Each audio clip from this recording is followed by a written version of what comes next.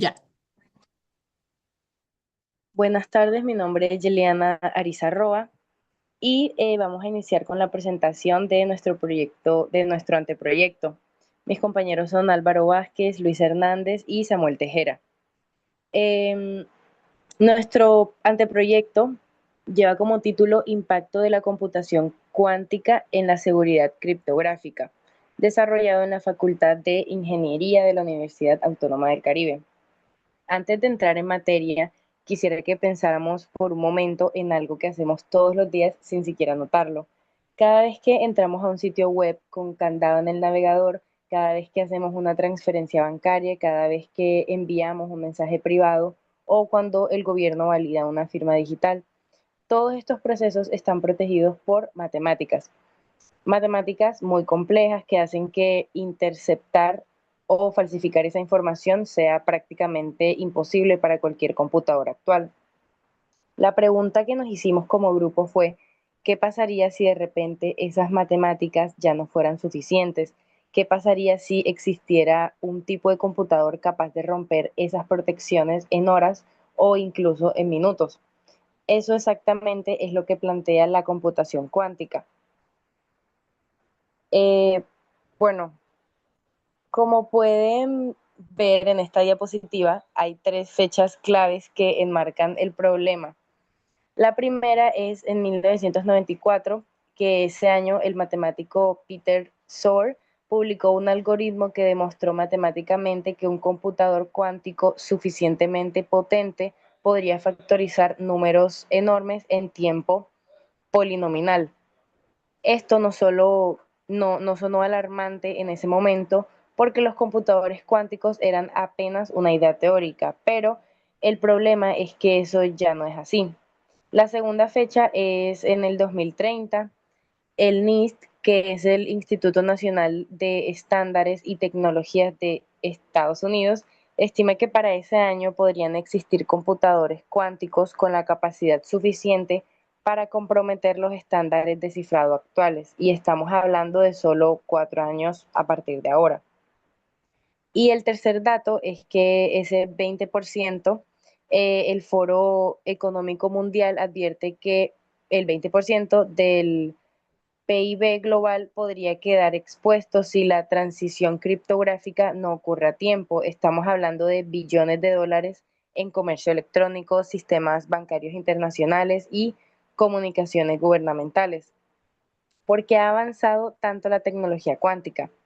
IBM reportó en 2023 haber alcanzado 1121 qubits con su procesador Condor. Google en 2019 anunció la denominada supremacía cuántica al resolver en apenas 200 segundos un problema que a los mejores supercomputadores clásicos les tomaría aproximadamente 10.000 años. Y los gobiernos saben que pues, Estados Unidos destinó 1.275 millones de dólares a investigación cuántica entre 2019 y 2023. Frente a este panorama, la pregunta central que guía nuestra investigación es ¿de qué manera el desarrollo de la computación cuántica podría afectar la seguridad de los sistemas criptográficos actuales utilizados para proteger la información digital?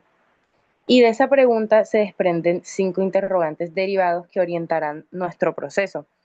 ¿Cuál es el estado actual de los computadores cuánticos y en qué horizonte temporal podrían comprometer RSA y EWC? ¿Cuáles son las vulnerabilidades específicas que representan Shor y Grover para el cifrado simétrico y asimétrico? ¿Qué algoritmos postcuánticos ha estandarizado el NIST y en qué nivel de implementación están? ¿Cuáles son los retos técnicos y económicos para migrar a la infraestructura existente y qué estrategias ha adoptado los países líderes y qué lecciones podemos extraer para Colombia? Con este contexto claro, le doy la palabra a mi compañero, quien les explicará los objetivos que nos trazamos para responder todas estas preguntas. Listo, buenas tardes, mi nombre es Álvaro Vázquez y muchas gracias, Yeliana, por darme la palabra. Bueno, como acabamos de ver, Yeliana nos acaba de pintar un panorama bastante preocupante y ahora yo les voy a contar exactamente qué planeamos hacer al respecto. Bueno, nuestro objetivo general es analizar el impacto del desarrollo de la computación cuántica en la seguridad de los sistemas criptográficos actuales, con el fin de identificar sus vulnerabilidades y proponer alternativas de protección basadas en criptografía post-cuántica. En otras palabras, queremos entender el problema a fondo y proponer soluciones concretas y fundamentadas. Ahora, para lograr eso, nos planteamos 5 objetivos específicos. El primero sería describir el estado actual del desarrollo de la computación cuántica. ¿Cuántos qubits existen hoy? ¿Qué limitaciones técnicas persisten? ¿Qué empresas y gobiernos están liderando el avance? El segundo objetivo es identificar las principales vulnerabilidades que presentan los sistemas criptográficos actuales frente a los algoritmos cuánticos. No todos los sistemas son iguales, son igualmente vulnerables y necesitamos un mapa claro de dónde están los riesgos más críticos. Ahora, el tercer objetivo es analizar en detalle el funcionamiento de los algoritmos de Shor y Grover, cómo funcionan matemáticamente, cuántos qubits necesitan para hacer una amenaza real y qué sistemas exactamente comprometen. El cuarto objetivo es examinar los avances en criptografía postcuántica y su proceso de implementación a nivel global. Aquí entra en juego el trabajo del NIST y los nuevos estándares publicados en 2024 y el estado de adopción en empresas y gobiernos del mundo. Ahora, el quinto objetivo es proponer estrategias que permitan la transacción hacia sistemas criptográficos seguros frente a amenazas cuánticas, a- adaptadas especialmente al contexto colombiano y latinoamericano.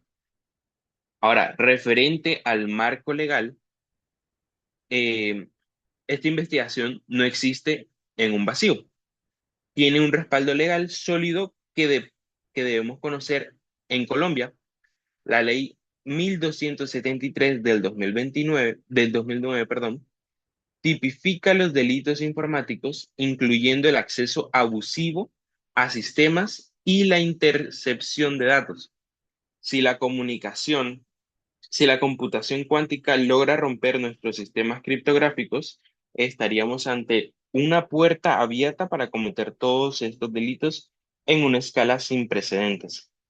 Luego tenemos la ley 1581 del 2012, la cual obliga a los responsables del tratamiento de datos personales a adoptar medidas de seguridad adecuadas.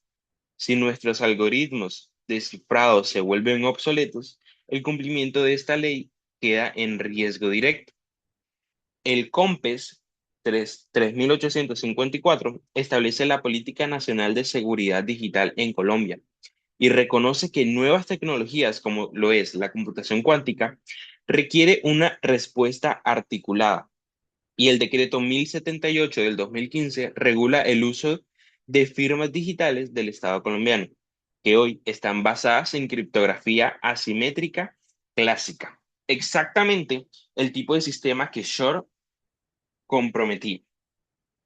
Ahora, a nivel internacional, el NIST publicó en agosto del 2024 los primeros estándares postcuánticos, el FIPS 203, 204 y 205.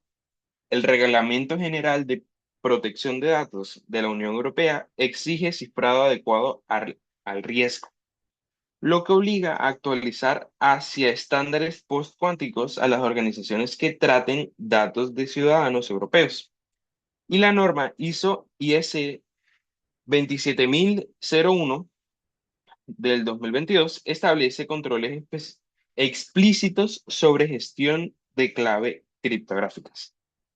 Ahora, todo este marco normativo nos dice que no es solo una responsabilidad académica o tecnológica, es también una obligación legal en el Estado colombiano. Ahora, le cedo la palabra a mi compañera Luisa, que nos va a explicar los fundamentos teóricos que sustentan el análisis. Muchas gracias. Bueno, yo soy Luis Hernández y ya sabemos por qué este problema es urgente y pues lo que queremos lograr. Pero ahora les voy a explicar los fundamentos científicos que nos permiten entenderlo en profundidad.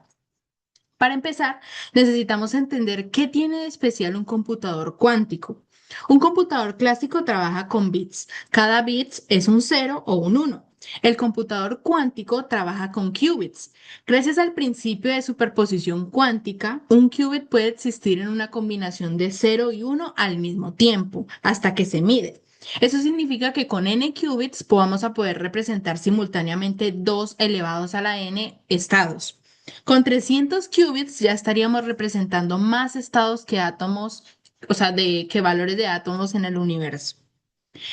El segundo principio clave es el entrelazamiento cuántico. Dos qubits entrelazados están correlacionados de tal manera que medir uno determina instantáneamente el estado del otro, sin importarles la distancia. Y el tercero es la interferencia cuántica, donde los algoritmos cuánticos están diseñados para amplificar las probabilidades de los resultados correctos y cancelar la de los incorrectos, lo que permite encontrar soluciones con muchas menos operaciones. Ahora, ¿cómo se conecta esto con la criptografía? Pues los sistemas que usamos hoy, como es el RSA o Diffie-Hellman, se basan en dificultad matemática de ciertos problemas. RSA, por ejemplo, depende de que sea prácticamente imposible factorizar el producto de dos números primos muy grandes.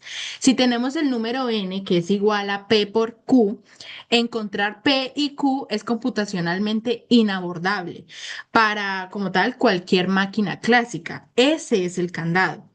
Pero el algoritmo de Shor, que fue publicado por Peter Shor en 1994, demuestra que un computador cuántico puede resolver ese problema de factorización en tiempo polinomial.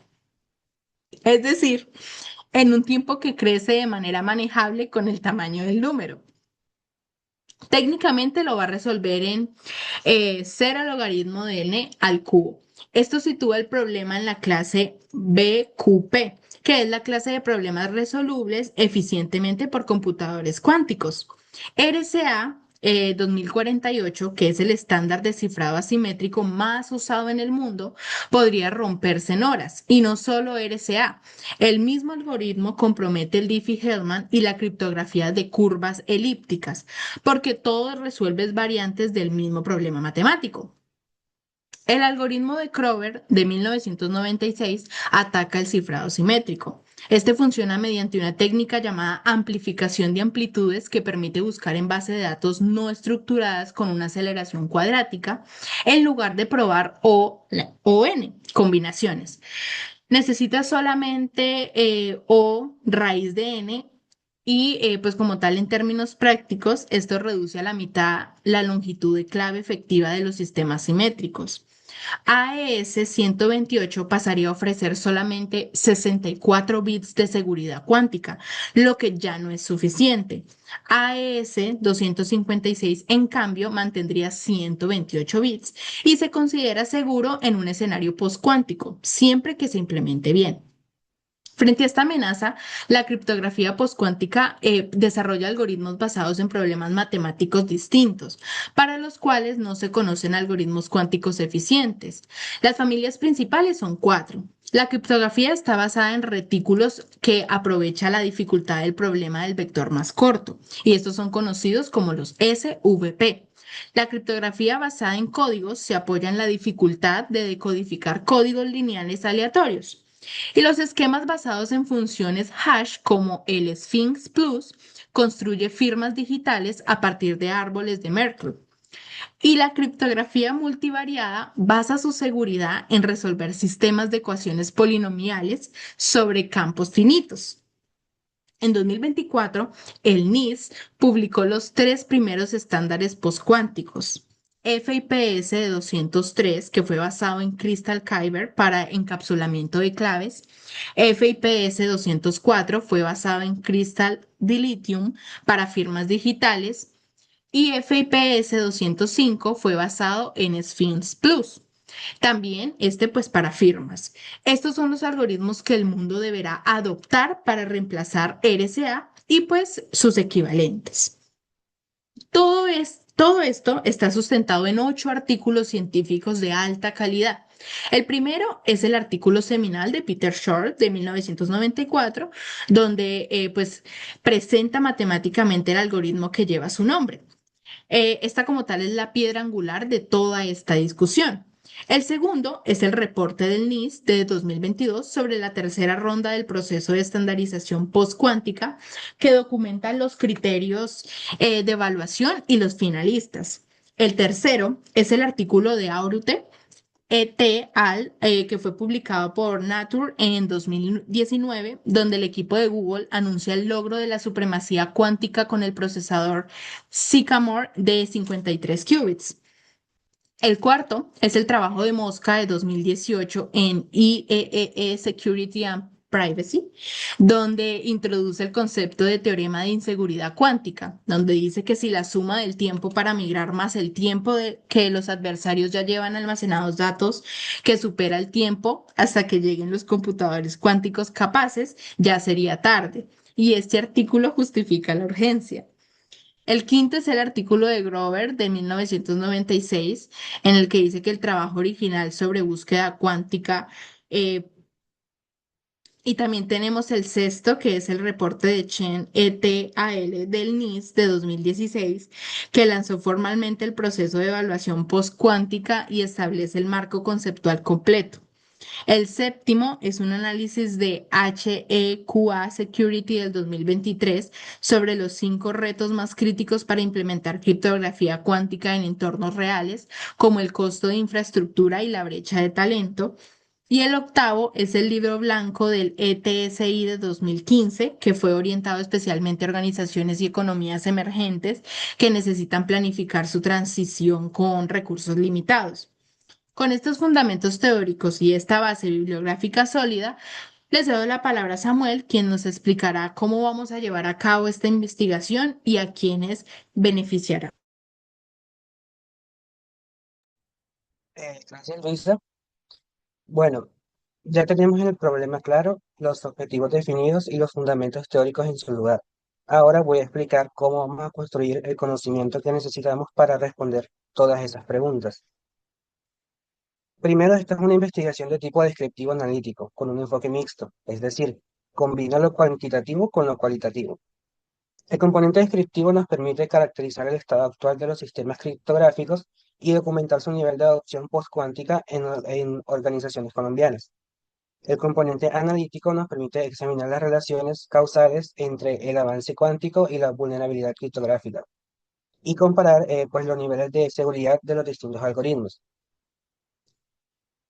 El componente cuantitativo nos va a permitir medir cosas concretas, como qué porcentajes de organizaciones están en transición, cuántos bits de seguridad efectiva conservan los algoritmos actuales bajo un ataque cuántico. Y por otro lado, el componente cualitativo nos ayuda a interpretar marcos normativos, entender el por qué las organizaciones no han migrado aún y capturar como esa percepción de los expertos sobre el riesgo. El método principal es el hipotético deductivo.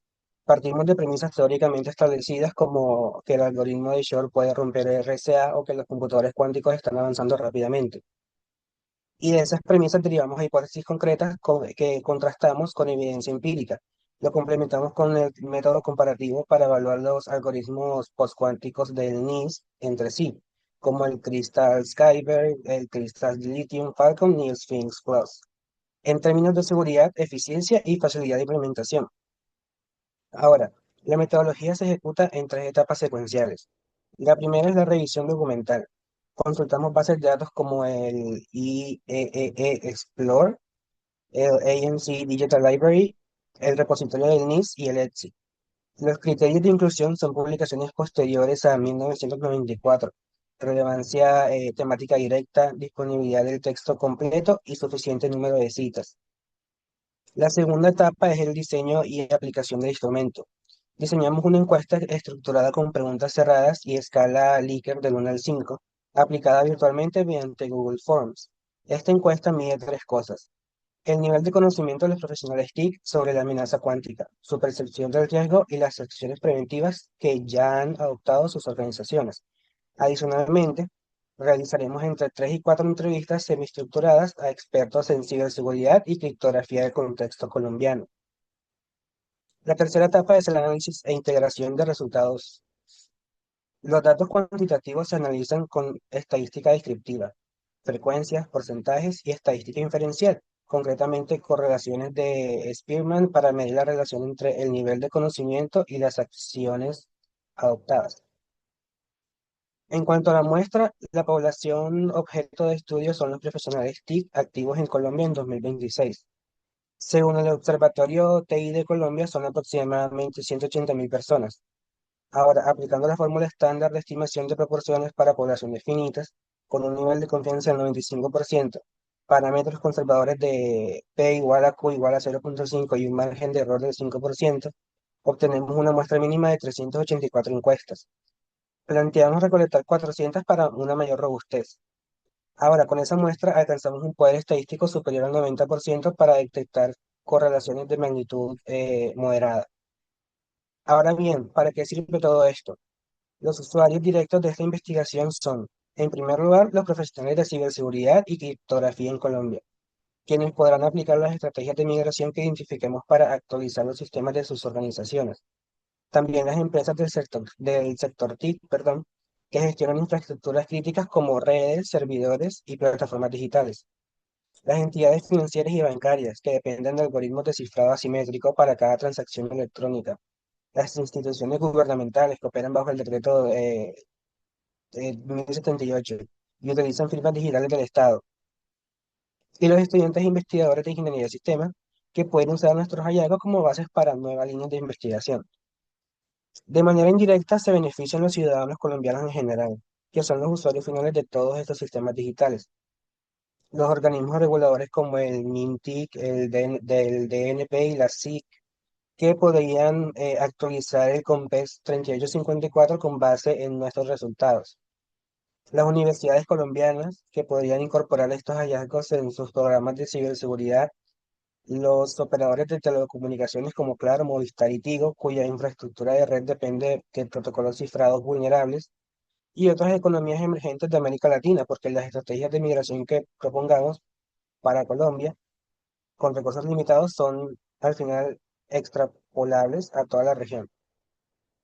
Los resultados de esta investigación se difundirán a través de múltiples canales: un artículo en revista indexada en Scopus o Web of Science, una ponencia en el Congreso Colombiano de Computación o en el Simposio Latinoamericano de Seguridad de la Información, un informe ejecutivo dirigido a empresas del sector financiero y tecnológico de Barranquilla, la comunicación formal a MINTIC y la publicación en el repositorio institucional de la Universidad Autónoma del Caribe en acceso abierto. Y ya para cerrar con lo más importante, la computación cuántica no es una amenaza del futuro lejano. IBM tiene hoy más de 1.000 qubits. Los gobiernos de las principales potencias también están invirtiendo miles de millones de dólares.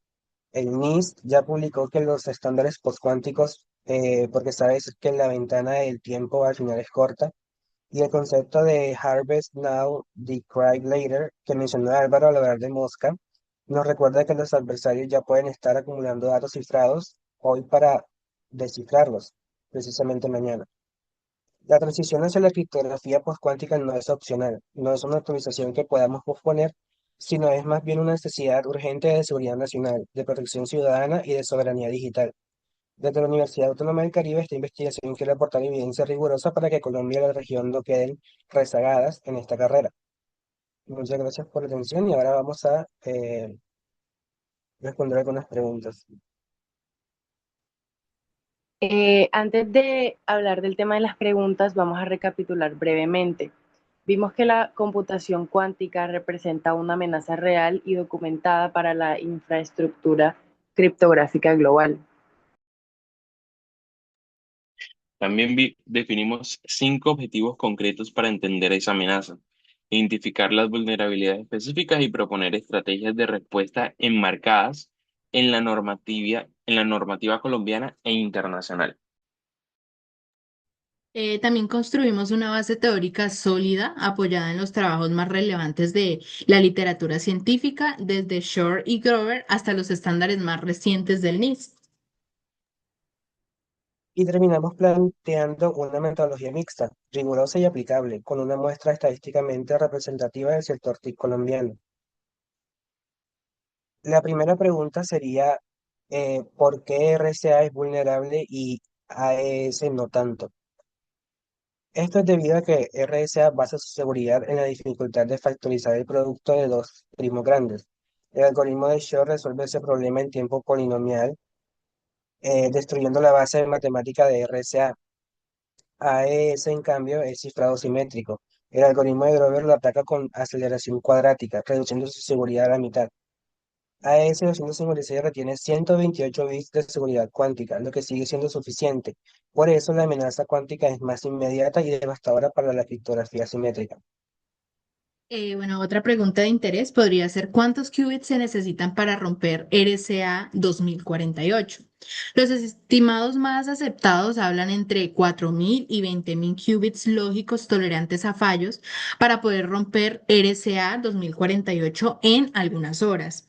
IBM tiene hoy 121.000 qubits físicos, pero los qubits físicos y los qubits lógicos no son lo mismo. Un qubit lógico puede requerir cientos o miles de qubits físicos para la corrección de errores, y este es el principal obstáculo técnico que separa la situación actual de la amenaza real. Otra pregunta es, ¿qué es Harvest Now, Decrypt Later? Es una estrategia de ataque en la que un adversario intercepta y almacena hoy datos cifrados con algoritmos clásicos, esperando al momento en que disponga de un computador cuántico suficientemente potente para descifrarlos. Mosca formaliza el riesgo de que si el tiempo para que existan computadores cuánticos capaces es menor que la suma del tiempo que llevan almacenados los datos más el tiempo necesario para migrar. Ya es tarde para proteger esa información, por eso la transición debe comenzar ahora. Otra pregunta sería, ¿por qué estudiar esto desde Colombia? Bueno, desde Colombia tenemos una infraestructura digital creciente y normativa vigente como el decreto de 1078, que usa firmas digitales basadas en criptografía asimétrica. El COMPES 3854 reconoce las amenazas emergentes. Además, las economías en desarrollo tienen recursos limitados para la migración y la literatura internacional no aborda suficientemente este contexto. Nuestro, nuestro trabajo quiere cerrar esta brecha con evidencia local y estrategias adaptadas a las capacidades del sector TIC colombiano. Una última pregunta sería ¿por qué 384 encuestas y no más? Y esto es realmente porque 384 es el tamaño mínimo estadísticamente requerido, calculado con la fórmula estándar de proporciones para una población finita de 180.000 profesionales TIC en Colombia, con Z igual a 1.96, P igual a Q igual a 0.5 y E igual a 0.05. Planteamos recolectar 400 para una robustez del 4.2% por encima del mínimo, con N igual a 184 y A igual a 0.05. Alcanzamos un poder estadístico superior